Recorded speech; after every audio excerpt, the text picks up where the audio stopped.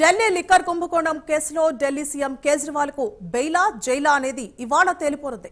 ఈ కేసులో తనకు బెయిల్ మంజూరు చేయాలని కోరుతూ ఆయన దాఖలు చేసిన పిటిషన్ పై సుప్రీంకోర్టు న్యాయమూర్తి జస్టిస్ సూర్యకాంత్ నేతృత్వంలోని ధర్మాసనం ఇవాళ తీర్పు ఇవ్వనుంది.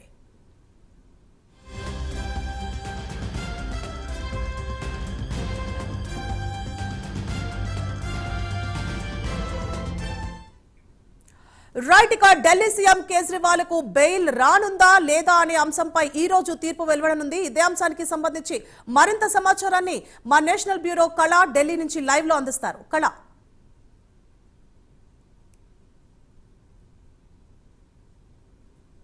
ఎప్పటి నుంచే ఎదురు చూస్తున్నటువంటి ఢిల్లీ సీఎం కేజ్రీవాల్ కి బెయిలా జైలా అన్నది మాత్రం కొద్దిసేపట్లో క్లియర్ గా తెలుస్తుంది. సెప్టెంబర్ 5వ తేదీన అంటే ఈ కేసుకు సంబంధించినటువంటి పూర్తి వాదనలు విన్న తర్వాత ఈ కేసుని అంటే జస్టిస్ దిశబెస్ ధర్మాసనము ఈ కేసుకి సంబంధించినటువంటిది కేసును రిజర్వ్ చేయడం జరిగింది. అయితే ముఖ్యంగా గత కొన్ని రోజుల నుంచి దాదాపు 2 సంవత్సరాల నుంచి కూడా ఈ కేసుకు సంబంధించినటువంటిది కేసు ఢిల్లీ లిక్కర్ స్కామ్ కి సంబంధించినటువంటి అంశము వాదనలు అటు ఈడీ తర్వాత సిఐడికి సంబంధించినటువంటి వాదనలు వినపడుతూ ఉన్నాయి. ముఖ్యంగా దీనికి సంబంధించినటువంటి కేజ్రీవాల్ అంటే ఢిల్లీ లిక్కర్ స్కామ్లో అరెస్ట్ అయినటువంటి ఆప్ ముఖ్య నేత అంటే ఉప ముఖ్యమంత్రి మనీష్ సిసోడియా, తర్వాత మరి తెలంగాణ బీఆర్ఎస్ ఎమ్మెల్సీ కల్వకుంట్ల కవిత, తర్వాత ఆప్ మీడియా విజయ్ నాయర్ కూడా అరెస్ట్ కావడం జరిగింది. వీరికి బెయిల్ మంజూరయ్యింది కొద్ది రోజుల క్రితమే. అయితే ముఖ్యంగా గత 5 నెలల నుంచి కూడా సీఎం కేజ్రీవాల్ అరెస్టు మార్చి 21వ తారీఖున అరెస్టు కావడము, తర్వాత అప్పటి నుంచి కూడా తీహార్ జైల్లో అతడు జైల్లో ఉన్నాడు. అయితే అప్పటి నుంచి కూడా బెయిల్కి సంబంధించినటువంటిది పూర్తిగా వాళ్ళు అంటే బెయిల్ కొరకు ప్రయత్నాలు చేస్తూనే ఉన్నారు. కానీ ఈడీ నుంచి మాత్రము బెయిల్ మంజూరైంది, కానీ సిఐడి నుంచి మాత్రం బెయిల్ మంజూరు కాకపోవడంతో ఈరోజు సుప్రీంకోర్టు ముందుకు ఈ కేసు విచారణ రానుంది. అయితే ముఖ్యంగా ఈ కేసుకు సంబంధించినటువంటి పూర్వపరాలు పరిశీలిస్తే దాదాపు ఈ కేసు అంటే సెప్టెంబర్ 5వ తేదీన జస్టిస్ సూర్యకాంత్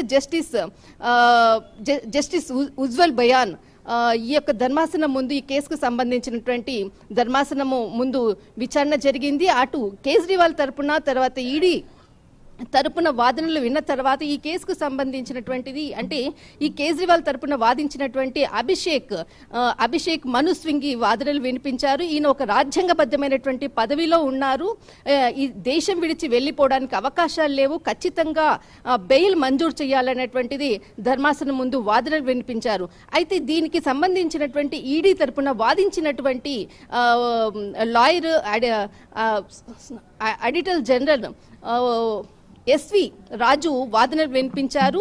అయితే దీనికి ఒక ఉన్నతమైనటువంటి హోదాలో ఉన్నటువంటి వ్యక్తి బయటికి వెళ్లడంతో దీనికి సంబంధించినటువంటి అంటే నిజాలు అంతా కూడా మనకు పూర్తి ఇన్ఫర్మేషన్ అంతా కూడా అందదు. ఖచ్చితంగా బెయిల్ మంజూరు చేయడం అన్నది అంటే ఈ బయటికి వెళితే ఈ యొక్క సంబంధించినటువంటి వాదనలు కొంత హైకోర్టు ఆల్రెడీ మీరు వాదనలు వినిపించింది, దానికి సంబంధించినటువంటి సుప్రీంకోర్టు నుంచి కూడా దీనికి బెయిల్ మంజూరు చేయరన్నటువంటి వాదనలు వినిపించింది. అయితే దీనికి సంబంధించిన సెప్టెంబర్ 5న ఇరువైపుల నుంచి వాదనలు విన్న తర్వాత ఈ రోజు మరి కొద్దిసేపట్లో దీనికి సంబంధించినటువంటి పూర్తి వాదనలు పై విన్న తర్వాత ఈ రోజు ఈ కేసుకి సంబంధించినటువంటి అంటే బెయిలా జైలా అన్నది మాత్రం కొద్దిసేపట్లో తెలుస్తూ ఉంది. సువర్ణ, కళ, అయితే మనం అనుకున్నట్లు ఈడీ నుంచి బెయిల్ అందింది, సిఐడి నుంచి బెయిల్ మంజూరు కాలేదు. ఎందుకంటే ఆయన బయటకు వస్తే సాక్ష్యాలు తారుమారు చేసే అవకాశాలు ఉంటాయనే అంశాన్ని పరిగణలోకి తీసుకొని